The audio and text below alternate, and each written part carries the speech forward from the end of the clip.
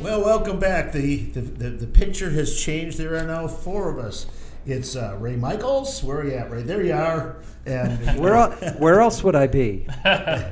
and we have a new guest here, and that's Nathan Duell. He's over here to my left. And don't let that scare you that he's over to the left, because he is on your screen. You'll see he's on the right. He's with Heritage Action. And of course, we've got Leo back, and we were talking about what's going on the border. And we it's shocking. It is shocking what's going on. Roseanne gave us the Governor Ducey's office, and I want you all. This is an assignment. This isn't. I'm not asking you to do this. I'm telling you to do this. That's right. Yeah. Okay. 602-542-4331. And I'll do that one more time. 602-542-4331. All right. You can tell him real quick that Representative Biasucci told you to call and said deploy the National Guard. That's right. Right. You can Yeah, tell him. so give him an idea. I mean, what is the correct protocol? Because you don't want to go there and start yelling and screaming. Yeah. They're not. It's going to go on deaf ears. I So tell people, what's the best way? I tell people all the time, whether, for my sex trafficking bill, you had one Dem voted no. And people were emailing me, how could she do that? She was the only one out of the whole legislature. It was, 89-1. And I said, look, you always have to be respectful, right? Whether you call the governor or you reach out to a representative, all I'm asking is show respect. I mean, people have different opinions. They have their beliefs. I mean, if they're not going to respect you, that's another story. But I just tell them, like, look, you got to keep calm. They're not going to answer your calls if you're yelling and if you're cussing them out and whatnot, as angry as you may be. So just call them. Just say, hey, look, there's a problem at the border. We're asking you, like, do something at the state level. The feds are not going to do something. So give us some bullet points. We've seen the pictures that are happening right now at the border. Something has to be done. We do have a funding that is available for emergency situations such as this. Rainy day fund. $1 billion. And we want you to seriously consider deploying the National Guard so we can get a handle on this. Absolutely. I mean, would those be 4 bullet points? Those are 4 bullet points that they should call right now. As the part of the sheriff's side where we need to give them money to man, we'll do that at the legislature. We can do that because they need to be trained and whatnot. But we can get the Guard there now. And the governor can do that now, today. And you know what? That is really the purpose of the National Guard here on a state level, is to go into places that maybe the federal government can't do it. It's to protect the state. Right. And, I put a tweet out the other day, or yesterday. I said, put it into perspective. You had 25,000 National Guard at D.C. protecting Biden. You have 0 on the border. How does that make any sense? It's insane. And the cost of 25,000 National Guard makes 0 sense. And they're the public servants. This is to protect the people. This is to protect you and me. And Ray, many of these people are coming over and they are ill with COVID. Sure.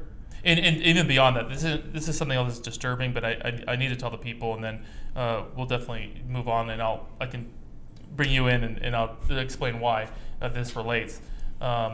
There's a Border Patrol who went on air. He said this on air in a news station, saying he was in Texas.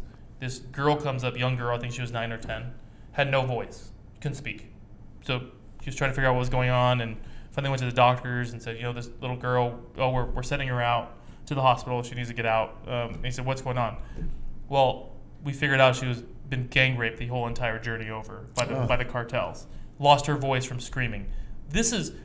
I hate to tell that story, but it needs to be said because people need to understand what is happening. Like there's this idea of it's just women and children, and they're trying to come in. You have no clue how bad it is, and until people realize that, nothing's going to be done if people don't yell and say and scream, we need to do something. And if you're a refugee and you are here to seek asylum, I mean, you're seriously doing that. You're not going to be decked out in camo wear. You're not going to be organized with a whole bunch of guys, and you're not going to be carrying weapons to come into our country. This is absolutely 100% an invasion. And the reason I want to do this connection is because I firmly believe at this point, when I hear this from the sheriff, when these people are coming over, I'm not talking about the cartel and the military, I'm talking about the women and children. They're almost baffled that they're even being questioned and stopped. They're saying, your president said to come. Right. Right. So the And message. they were all wearing T-shirts. They're all that wearing said right. Biden So, told us to so come. here's the difference in message, right? Trump is saying you're not coming in. Now you have a president saying open borders. This is open border situation. My only reasoning why this is happening is for votes, because these people coming over thinking Biden is supported me, he wants me in, they eventually will turn into Democrat votes. Yes. And this is where election integrity comes in, and why it's so important that we get to the bottom of this election. And therein comes this great segue leading into Nathan, election integrity. Yeah, thank you for having me, Ron. You've been here before. Tell us what's going on with Heritage Action. I have. So my name is Nathan Duell, and I cover the Western states for Heritage Action. We are the political arm of the Heritage Foundation, and we work on a whole host of issues. But most importantly right now is election integrity. First, I'll start with the broader overview of the federal and then get into some of the state bills that we've been lobbying for. So Nathan, before you get, many of our listeners and watchers don't know about the Heritage Foundation. Maybe you can just give a little glimpse about what the Heritage Foundation is, how it pertains to you, how you were involved, just so they can be brought up to speed.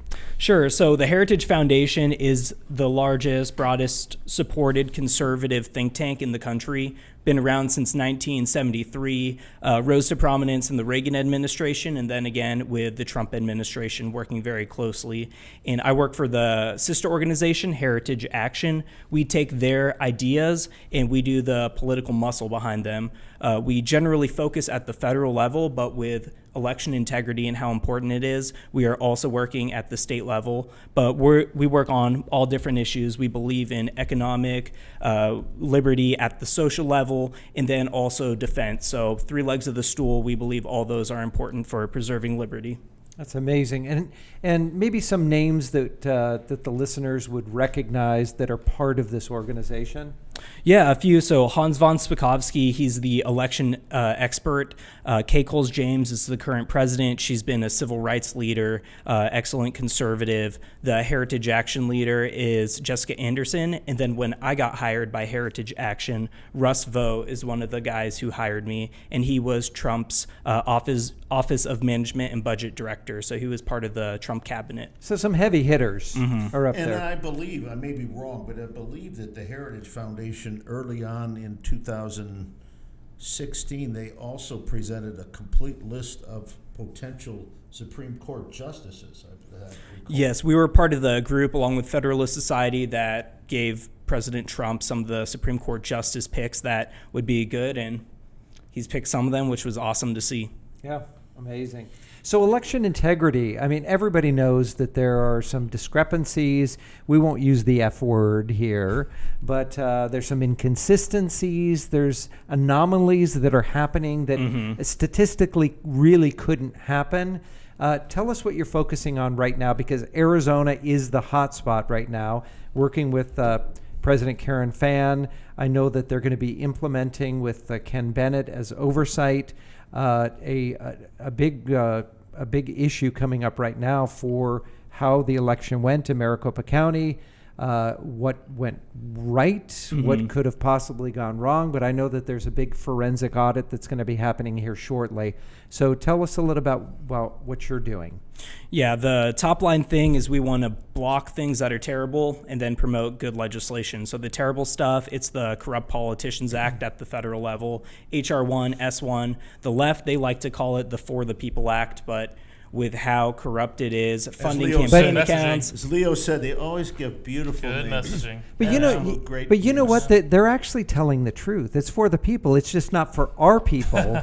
It's for the other people. Yeah. It's for the people in power. That's what it's for. It's for the people that don't live in the United States. Right. It's crazy. It funds, it allows candidates who are incumbents especially to fund a certain percentage of their campaign account with taxpayer dollars. It overrides voter ID in any state. It's just a power grab. Well, That's all it it is. circumvents states' rights and state It does. sovereignty. It certainly does. So we don't want that. We want the United States of America. Yeah, we have 50 different states, different election systems. That's the way it should be. We don't want to federalize elections. And it's constitutional. It is.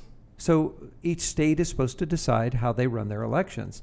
So what are you working on specifically? Are you working with anybody here for this forensic audit? Are you We haven't involved in been that too at all? involved with the audit. Our focus is more so on the legislation, working with the State House, State Senate on bills that they can do to address future elections. So that's been our primary focus. A few of those bills, one of them that has already been signed into law was HB 2596. It was Representative Jake Hoffman, and that's the bill to keep private funding of election operations out of our state. In this last election, we saw Zuckerbucks. It was connected with Mark Zuckerberg of Facebook, and 9 of the 15 counties in Arizona received funding for their election operations. In 2016, the left, they said that the election was not secure and it was foreign interference, but now 2020, they're saying it's okay for a huge public entity to dump money into different counties so that elections can be swayed. And guess what? Voter turnout on the left was increased with this money. So we're happy that that got banned, and Representative Hoffman did a great job with that So bill. tell us exactly what was in the bill, and this was already signed by the governor. Already signed by the governor. Really simple. It just prohibited election operations, so election departments and election officials from taking money from private entities and corporations to use toward election operations. So anything like that, they have to use taxpayer money, which is how it should be. Right. Very good. That's Yeah, awesome. it's a great bill. And Yeah, it's a most great of bill. those are once again, they're along party lines, are they not? Yep, 31-29 on that one. They're all going to be party lines because The Yeah, the Democrats Dems- just don't right. want any election I mean, integrity, is the way I look at you it. even talk about the Pebble bill, right? This is Michelle Ugenti-Rita, and this bill. I mean, common sense. All it's saying is if you're on the permanent early voter list and you haven't voted in consecutive elections, I think it's 2 or 4. Yeah, two primaries, two generals. Two generals. They send you a note card, and it just says, "Hey, just want to make sure you're still there. You alive? We noticed you didn't vote. Just let us know you're there. Send us back, and you're good." If you don't send it back, you still are registered to vote. You're just not going to get the mail-in ballot anymore. So, but the Democrats turn that into you're suppressing the vote and you're kicking people off the roll. I mean, again, with the messaging, they now have shirts that say "I love Pebble." I mean, they've completely. This is what I said before. Their messaging is incredible. This is something we lack at the Republican Party. We need to make a change because that bill is a good bill. You're just saying, hey, you haven't voted 4 times. We want to make sure you're still alive. And if you are, let us know. If you're not, you can still vote. Or you haven't changed your mind. Or you haven't changed your anything, mind, right. So or- now, Ron, you had a bill that actually got signed as well. Tell us about that one. Well, I'll let Nathan. He was kind enough to have me address the national group on their group call. 2 weeks ago? Yep. Heritage Action, and I was the big hero of the moment talking about my bill. You're And, always the hero. Yeah, and you know the thing is it did stop people from voting. Dead serious about it. Right. Tell us Yeah. about that bill. So Ron is the example of a model citizen. He's politically engaged. He sees a problem. He goes to his state legislator, and Ron's the only person I know who's gotten this much bipartisan support on an election integrity bill. So he went to State Rep Kaiser. I'm in LD 15 with Ron, and the bill mandates that the Secretary of State remove deceased voters when the death records come in. It's common sense. I think there was one Democrat who voted against it I in was the just going to House. say, Yeah, it was always it one. wasn't unanimous. It was 59 Who was the for one? and Do you 1 remember? against one Who was the bill. one? Do we know? I don't know. Powers Hanley again? She was no on my bill. So But That's funny. examples of that are things citizens can do. They can find problems, and that's going to protect the vote. That's going to secure our elections. And back to the Pebble bill, 1485 is another bill that we are excited about. We helped host a press conference today with Arizona Free Enterprise Club. That bill, the left has been crazy with how they've talked about it. They want to make people think that it's Jim Crow 2.0, it's voter suppression, it's the same tactics they're using in Georgia, but that's all it is. It's an administrative cleanup. It saves taxpayer dollars because if you're unlikely to use a mail-in ballot, why would we send it to that person? And like you mentioned, the person stays on the voter rolls. right, yeah, and they've been trying to spew that message and change it up in the narrative, but it's what they do. You know, that's what the Dems do. Now, Nathan, I know that probably is not in your territory, but Action did work with Georgia on theirs. And so, you know, there's so much pushback here. So, and people haven't read the bill. They don't realize that sending the playoff game to Colorado, where it's not even as good as Georgia, and it negatively affects people of color because Colorado just doesn't have the amount of people that Of color. color that Georgia People of does. color is So Georgia. it's almost as though they're cutting off their nose to spite their face to prove a point that doesn't really exist. Yep, it's all about political power. It's not about the people they say they care about. And I know the guy very well on Heritage Action who worked in Georgia, and just hearing the war stories about the Heritage Action Sentinels and all the great work they did and how they had to push back against the lies, and that corporate America, they're joining together. They're trying to defeat this stuff. And I think most of them, they don't even know what they're talking about, or they're so fearful of the left that they're giving in. Yeah, not at all. Now, Stacey Abrams, she's a pretty big figure out there. She's the poster Yes, she is child, big. right? She is a big figure. Pun intended. You would think didn't say that those things. that if everybody was fair and they got the facts and they trusted the American people, that the American people would choose a certain way. But they're being so inundated and so flooded. I'm not going to have a company tell me what to do. I'm not going to have an organization tell me what to do. I'm not going to have people that are making millions and millions of dollars playing a game telling me that I'm a bad person. I'm just not going to allow it. I'm not going to accept that. And I think that they're trying to get, they're trying to push this where the people don't want to hear it. They don't want to hear it anymore. Right. So you know what? I mean, I'm not for. Aren't you still not tired of being called a racist, are you? I thought they were saying racy the whole time, and I said, yeah. I said thank you. Kind of So a it's racy guy. Yeah, and on that, so Arizona, they're having some of the same pushback. So Greater Phoenix Leadership, they're a corporate group of businesses. They're trying to push back. And something I appreciated was Governor Ducey came out before either of the two controversial bills got to his desk and said that he's not going to let the corporate opinion sway him. So we as conservative activists, we have to encourage him with that, let him know that we heard that. We're going to have his back when he has these bills on his desk. The other one I haven't mentioned yet is SB 1713, and that's voter ID for your mail-in ballot. When you vote in person, you have to have voter ID. Right. This just brings mail-in ballots through the absentee early voting process in line with that. You'd have to show your driver's license number. Of course, it's in a secure envelope. No one's going to be stealing that. Or your voter ID card. Common sense. If you are allowed to vote, you should be able to show, hey, I'm allowed to vote. do you think that the average person understands that to get a corporate license, to be a corporation, it's controlled by the government?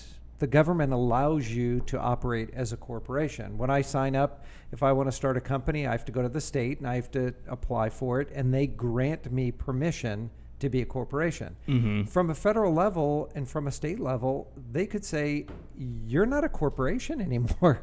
We're going to pull that. But I don't think anybody has the huevos to do that.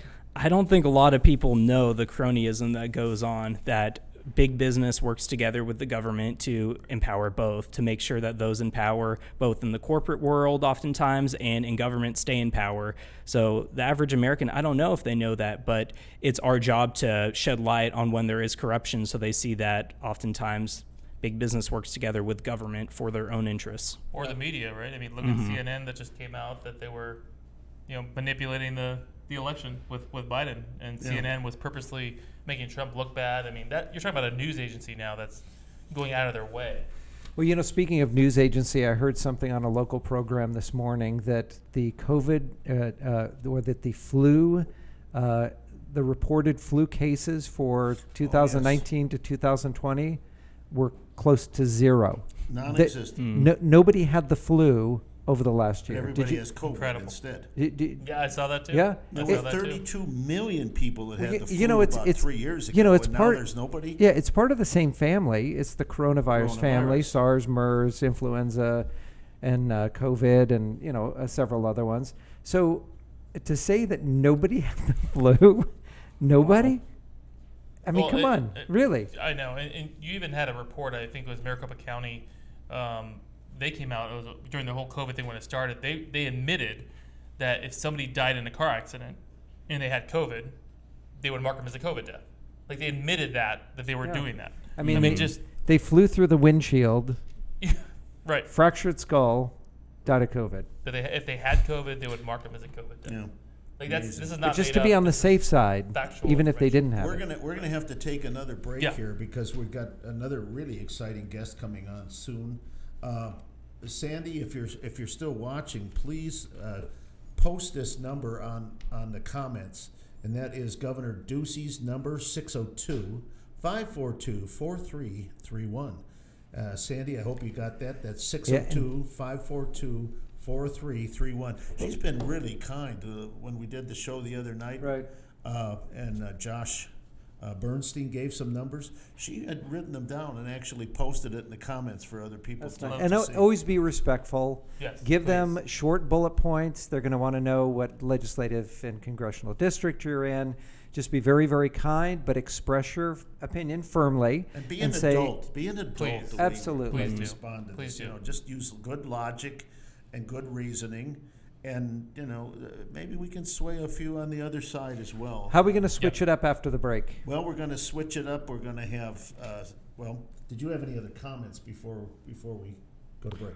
The only thing I want to do to close it out with this is to encourage people to call their state representatives on these two bills. The State House still has to vote on SB 1713, the voter ID, and the SB 1485, which is the early voter list cleanup. So call your state reps and encourage a vote. Also call Speaker Bowers because he has to bring the bill to the And floor. how can people get a hold of you or want to join if they're interested in joining and being a Sentinel? Yeah, to sign up to get involved with us, go to heritageaction.com, and there's a Join Sentinel page. And if you fill out that information, I'll be in touch. And really quick, just to jump on that, I had the calendar today, and the Pebble bill will be voted on in the House tomorrow. Oh, So it is on the board. So Excellent. What's it look like? it'll be party line. Party line. So But it we pass. should have the votes. All right, we want you to whip him into shape. Yeah, I know. It's gonna come. Yeah, you're right. That one, it's been held up because there were some issues with some members, Had we but I known think we'll be that, good. that was tomorrow, we would have gone out and bought a buggy whip for you. There. Okay, we'll see Thank you you, on Nathan. the other side. Thanks for Don't joining away us. Because we're going to have some things on, guess what? The audit. You'll want to hear this.